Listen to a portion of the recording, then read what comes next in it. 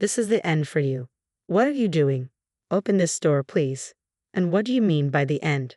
I just flipped the breaker downstairs. The elevator won't work now, and you're stuck on the second floor. What? Why would you do that? I'm supposed to leave for a 7-night trip with my friends. What about Mom? She's stuck upstairs. Stop kidding around and open the door. I could open it, but you won't be able to get downstairs. Your phone and laptop are down there too, so no calling for help. Dad's away on business for 3 months. Looks like you're in a bind. My stepdaughter Emily had actually stranded me, a wheelchair user, on the second floor so she could go on her trip. This was beyond disrespectful. A week later, when Emily returned home, she noticed something was off as she climbed the stairs. Why are you so cheerful? It was clear Emily didn't understand the gravity of the situation, so I decided to teach her a lesson. This would likely be my final teaching moment as her mother, so I explained patiently. My name is Jennifer. I'm a 34-year-old programmer, just an ordinary person with a job, a marriage, and kids. But there's one thing that sets me apart. I've been in a wheelchair since a traffic accident in middle school. When it happened, I was unconscious for 3 days and bedridden for treatment. It took me a while after waking up to realize that my legs weren't working anymore. My mom had to break the news to me. Mom, when can I start rehab? I want to get back to playing basketball soon. If I take too long, I might lose my spot on the team. The doctor will have more to say, but the truth is, I spent the whole day crying after my mom told me the harsh reality. It must have been so difficult for her, and she cried with me all day. But my tomboyish, spirited nature helped me bounce back quickly. What's done is done. Now it's about what comes next. Life in a wheelchair was challenging, but not as daunting as I have feared. Over 20 years have passed since the accident, and I've adapted so well that it surprises people. I still have enough upper body strength to manage things on my own, like using the bathroom if I try. I found a job with a company that understands my needs, and I work mainly from home. I go into the office a couple of times a month for meetings, driving myself in a specially adapted vehicle that I can operate with my hands. Sometimes on weekends I just go for drives. In my 20s, I even enjoyed playing wheelchair basketball. There have been hurdles, but overall, I'm content with my life. And I even found love and got married, something I once thought might not be possible because of my disability. Does this setup work for you? Your parents' house seemed more elaborate. That was just my parents going all out because they weren't sure what I'd need. This is plenty for me. We just need to get a lift installed for the stairs. I'm not exactly handy with installations. Looks like we'll have to wait for the professionals. Last year, I married Kevin, who is 7 years older than me. Our meeting wasn't particularly dramatic. It was just your typical workplace romance. After tying the knot, Kevin and I rented a house and made it wheelchair accessible with permission. For us, wheelchair accessible meant practical adjustments like portable ramps and handrails, with the major addition being a rail lift for accessing the second floor. And so began our sweet newlywed life, or so we thought. I'm back, Jennifer. What's cooking? Weren't you with your mom today? Didn't you have dinner there? She mentioned having some errands and left early. Oh dear, you should have told me if you needed dinner. You know I always say that. My bad. Kevin, my husband, is divorced and has an 18-year-old daughter, Emily, who's currently in college. I've known Emily since before Kevin and I married, and we get along well. She calls me Jennifer. Emily also has a good relationship with Kevin's ex-wife, Mindy, meeting her occasionally and addressing her as Mom. Despite potential challenges like my disability or dynamics with Emily, our family life seemed to begin smoothly. Little did I know, trouble was brewing behind the scenes. About a year into our marriage, Emily, who had always been friendly, started becoming increasingly distant, barely engaging in conversation. Welcome back. Are you hungry? Dinner's almost ready. No, I'm good. When Emily returned home, she would head straight to her room on the second floor, rarely emerging. Since I rely on the lift to go upstairs and it's often inconvenient, my life revolves around the first floor. I'd only make the trip upstairs about once a month to retrieve clothes or items from storage. For Emily, avoiding me on the second floor seemed like a convenient escape. I couldn't fathom why my daughter had grown distant. I even discussed it with Kevin. Did I do something to upset Emily? You can't think of anything, can you? No, I can't. We were so close before, even when we first moved into this house. She talks to me the same as always. Why this sudden change? It wasn't sudden. It started about a month after we moved in here. Maybe living with me upset her. I doubt it. She's known about your disability since before we got married. Kevin and I were baffled, unable to understand why Emily's behavior has shifted. Without knowing the cause, we struggled to address it. I attempted to talk to her, but it seemed that approach didn't yield any positive results. Oh, you're home early today. I only had 2 classes. Can we talk for a moment? I stopped Emily just as she was about to go upstairs. What is it? Emily turned to me with a mix of frustration and indifference. I couldn't quite read her emotions, but her irritation was evident. We haven't been talking much lately. Is something going on at college, or is it something between us? If something's bothering you, you can talk to me. Don't try to be a mom. It's annoying. Emily muttered and headed upstairs. I was stunned, finding it hard to believe she had said something so hurtful. I tried to reassure myself that it might have been a misunderstanding. That night, I discovered the reason behind Emily's cold behavior and discussed it with Kevin. It seems like I'm the reason, she said. Don't act like a mom. It's annoying. What? Emily said that. Kevin was visibly upset, prompting a family meeting. After explaining my side of the story, Kevin loudly called for Emily from the bottom of the stairs. Reluctantly, she came to the living room with a sullen expression and took a seat. Emily, Jennifer told me you said something hurtful to her. Why would you say that? Jennifer, you're not my mom. You're just a stepmom to me. Isn't that how you treat a stepmom? How could you say that? Kevin, please don't start yelling. If Kevin lost his temper now, we wouldn't be able to hear Emily out and resolve the issue. Despite feeling hurt by being called a stepmom, I urged Kevin to stay calm. He composed himself and continued. Why would you suddenly start saying that? You never used to. I've been thinking about it. It's weird. Dad divorced Mom and married you within a year. You must have been having an affair with Jennifer while still married, right? Otherwise, it doesn't make sense.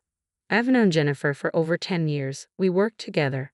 That's why we got married quickly. And about the affair, Dad was always busy with work and Mom was often lonely. Maybe the divorce was partly your fault too, Dad. Emily, Kevin's a busy software engineer. His work supports our family. Shut up. It's all your fault. You've ruined our lives. Emily slammed the table with a loud bang, then swiftly left the living room. I couldn't understand why she held such beliefs, thinking I had stolen her father from his ex-wife. I think I understand the reason now. Let's leave it at that for today. Emily seems to have a misunderstanding. Jennifer, just keep your distance from Emily for now. I'll try to clear up her misunderstanding. I decided to trust my husband's judgment and let him handle it. Despite his efforts to explain things to Emily, she became increasingly resistant. Why are you so distant with your mom? Why do you keep clinging to that stepmom role? Just divorce already. What's the reason for your dislike? It's her very presence as a stepmom. Whenever Kevin talked to her daughter, she would confront me when he wasn't around. You asked Dad to talk to me, didn't you? Don't think you can get away with this just because he's on your side. That's not true. How can I believe anything from you who took Dad from Mom? Emily kicked the laundry basket in frustration. Here's a revised version of the segment. I struggled to gather the clothes scattered by Emily's deliberate kick, knowing my mobility issues made it difficult to reach them. She seemed satisfied watching the laundry fly further as she went upstairs. While I did my best to pick up what I could, my husband would reprimand our daughter, who would then take it out on me. This painful cycle had become routine, but to mend my daughter's misunderstandings, we needed to keep communicating, so this pattern seemed destined to continue. Just as I prepared to handle Emily with patience, my husband's long business trip was unexpectedly scheduled. I'm sorry to leave you two alone with this unresolved. It's work. It can't be helped. Maybe the company thinks I'm tough enough to handle it. If anything, I should apologize to you. It's alright if we have to delay resolving things with Emily for 2 or 3 months. I smiled as I saw my husband off, not wanting him to worry more than necessary. Despite my concerns about being alone with Emily for 3 months, there hadn't been any physical altercations, so I tried not to be overly anxious. That's what I thought, until my daughter's behavior quickly escalated once my husband left the house. 3 days after my husband left for his business trip, I noticed something out of place. Why is the picnic blanket here? Emily must have used it, but it seems she's left. Deciding to tidy up, I took the picnic blanket upstairs to the storage room. As I ascended, I heard the front door open. Oh, is Emily back already? Curious but focused on my task, I placed the blanket inside the storage room. Suddenly, the door slammed shut. This is the end for you. What are you doing? Open this door. Realizing I had fallen into Emily's trap, I found myself locked in from the outside, unable to move the door from my wheelchair. Fortunately, the storage room didn't have a lock, so she couldn't keep me trapped forever. What do you mean by the end for me? I'll open it soon, but first, just listen to me. I don't want to see your face, and you move surprisingly quickly for someone in a wheelchair. She had locked me in to prevent any confrontation. Given my background in basketball, I understood her caution, but her decision wasn't very wise apart from that. Do you think I'm going to harm you? What do you mean by the end? I just turned off the breaker downstairs. Now the elevator won't work and you can't get down from the second floor. What? Are you serious? I'm leaving on a 7-night trip with my friends. I'll let you out in a week. Enjoy being stuck on the second floor, stepmom. Stop this nonsense. Open the door. I could, but you can't get down by yourself. Your phone and computer are downstairs, and Dad will be back from his business trip for 3 months. It looks pretty hopeless. Why are you doing this? Because you stole Dad from Mom. Just get a divorce, and then Mom can have Dad back. She even broke up with her boyfriend, thinking Dad would come back to her. If she knew Dad's feelings, Kevin would never go back to Mindy because... What do you know? Good luck surviving. Her footsteps hurried away, and when I opened the storage room door, she was gone. Stepping into the hallway, I headed towards the stairs. Passing by Emily's room, I noticed a board about 8 inches high fixed at the bottom of her door. It allowed the door to open slightly but blocked my wheelchair from entering. Emily had cleverly trapped me on the second floor while maintaining her privacy. As I reached the stairs, I discovered a few pieces of bread and a bottle of water on the floor, likely left there to ensure I wouldn't go hungry or thirsty. While tap water could keep me hydrated, the meager amount of bread clearly wouldn't suffice for a week. It was evident that Emily was serious about her intent to isolate and inconvenience me. This has gone too far. Determined to teach Emily and whoever else was behind this a harsh lesson, I waited patiently for a week. When Emily returned from her trip, I observed her quietly as she removed her shoes at the entrance. Keeping out of sight at the back of the room, I watched as she entered the house and glanced around, sensing that something was different. The stair lift was on the first floor, and there were unfamiliar shoes at the entrance. However, Emily, oblivious to these details, felt a vague unease but couldn't pinpoint its cause. As usual, she hurried upstairs, unaware of what had transpired in her absence. Following quietly behind her, I heard her exclaim halfway up the stairs. Why are you here? Shall I explain? What? How are you doing this? Emily was startled to see me peeking from the storage room and even more taken aback when I spoke from behind her. She stared at me wide-eyed, trying to comprehend the unexpected turn of events. You're not starving at all. Of course not. You might have thought you trapped me on the second floor, but that wasn't much of a trap. But didn't you turn off the breaker for the stair lift? The lift is battery-powered, so it works even when the breaker is off. It's designed for power outage situations. Then, yes, right after you left for your trip, I used the lift to go downstairs. Even if it hadn't worked, I could have called for help from a window. And as for the breaker, I have a stick I use to reset it, so no issues there. By the way, thanks for the bread. It made a nice snack. Emily had grown distant from me about a month after moving in. Because she kept her distance early on, she never fully understood the extent of my mobility challenges.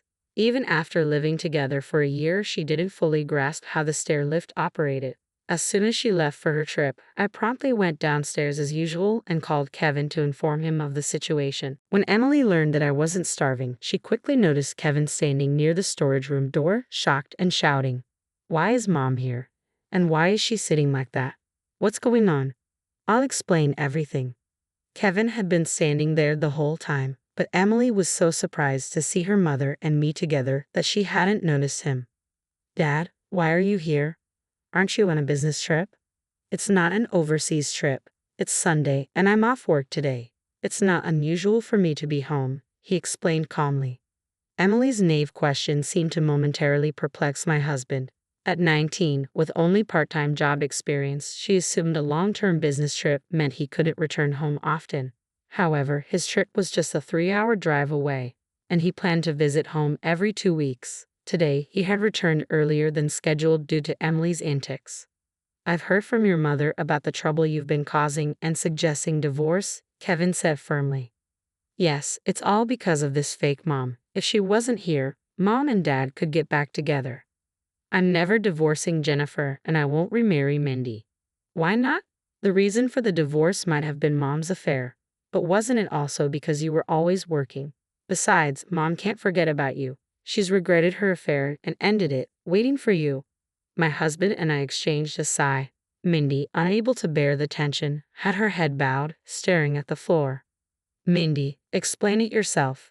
That's why I brought you here, Kevin urged. Yes, the affair wasn't because of your work. It was just me enjoying playing around with other men, Mindy confessed, finally breaking her silence. Lies right. You told me Dad's affair was because of his work, and you left the other man because you couldn't forget about Dad. It's not like that. I was dumped again because of my infidelity. I've always had low income from part-time jobs. Now in my 40s, I can't find a new job or catch a new man. Struggling financially, I thought of reconnecting with Kevin for support, but then I found out he had remarried. So you fed Emily lies about Dad having an affair with Jennifer even before the divorce, trying to disrupt our lives and set the stage for a divorce? Yes, that's true. When Emily locked me upstairs, Mandy had expressed her desire to remarry Kevin. Upon hearing this from me, Kevin immediately contacted Mindy. Confronting her, it became evident that she had been manipulating Emily. The quickest way to dispel Emily's misconception that I stole Kevin from Mindy was to have her hear the truth directly from Mindy herself. Therefore, Kevin arranged for Mindy to be at the house when Emily returned from her trip. What, so I was deceived by Mom? It appeared that Mindy orchestrated the deception while Emily was unwittingly drawn into it. However, regardless of being deceived, Emily had clearly crossed a serious line, prompting Kevin to take a firm stance. Mindy is at fault for deceiving you, but your actions went too far. Locking your mother upstairs and attempting to isolate her was unacceptable. Even if the lift had not worked, you could have been charged with unlawful confinement. What do you mean? I was tricked. Even if you were deceived, your actions were extreme. If the lift hadn't worked, you could have faced serious legal consequences for false imprisonment. This wasn't just a prank. Emily, you're not a child anymore. Emily's actions did not legally constitute unlawful confinement since the lift functioned, but her intent to confine me was concerning and could have resulted in severe consequences. This is outrageous. I'm only 19. Kicking me out before I even turned 20 is unreasonable. Legally, you're an adult at 18. Parental responsibilities have ended. You're not a child who can be indulged anymore. What do you mean? I'm still a student and can't do anything, and yet I'm considered an adult. That's the law. If you have a problem with it, take it up with the government. We'll support your college tuition until you graduate, but you need to manage your own living arrangements and expenses. That's impossible. Can't I go live with Mom? She'll take care of me, right? I can't. I'm struggling financially and tried to use you to get help. I can't possibly take care of you. Regardless of what the law says, I still feel like a child. Parents should take responsibility for deceiving me. Rejected by Kevin, Emily had no choice but to turn to her mother, Mindy, who was also in difficult financial circumstances. While she could have reached out to Kevin, Mindy, or their grandparents, none lived near her university. Understanding her limited options, Emily had to rely on Mindy. I can at least stay in the house. If you move in, I'll end up having to cover your living expenses, right? I see where this is headed. I'm not like you. No, you're just like me. You're my daughter, after all. An unpleasant, self-deprecating argument unfolded in front of us. I wish they would stop arguing in someone else's home. Excuse me, could you take this discussion somewhere else? Emily and Mindy left the house without saying a word. It felt somewhat pitiful, but Kevin was right. Emily was no longer a child. Her actions could have put my life in danger under different circumstances. Helping her understand the seriousness of her actions is also a parent's responsibility. I watched them leave, hoping for Emily's growth in the future. Ultimately, Emily moved in with Mindy, who lived in a small, inexpensive apartment due to financial constraints. Living with Mindy meant a cramped environment with little privacy. Mindy asked Emily to contribute towards rent and utilities from her earnings at a part-time job since Kevin only supported her tuition. However, as a student, her ability to work was limited and most of her income went towards basic living expenses, leaving little for social activities. It must be challenging for her at an age where socializing is crucial. She may even lose friends due to being unable to participate. However, this is a consequence she must accept due to her actions. With Emily gone, Mindy's life eased slightly with financial support from her daughter. However, instead of securing a full-time job, she continued with part-time work. Frustrated by financial strain, Emily frequently argued with her. You should find a full-time job, not just part-time. Are you planning to stop contributing once I earn more? Money became a frequent point of contention between them. Kevin remains open to supporting Emily if she shows remorse, but that seems distant. As a couple, Kevin and I have entered a new phase. Despite being married for over a year, it feels like a fresh start, and we're relishing our time together.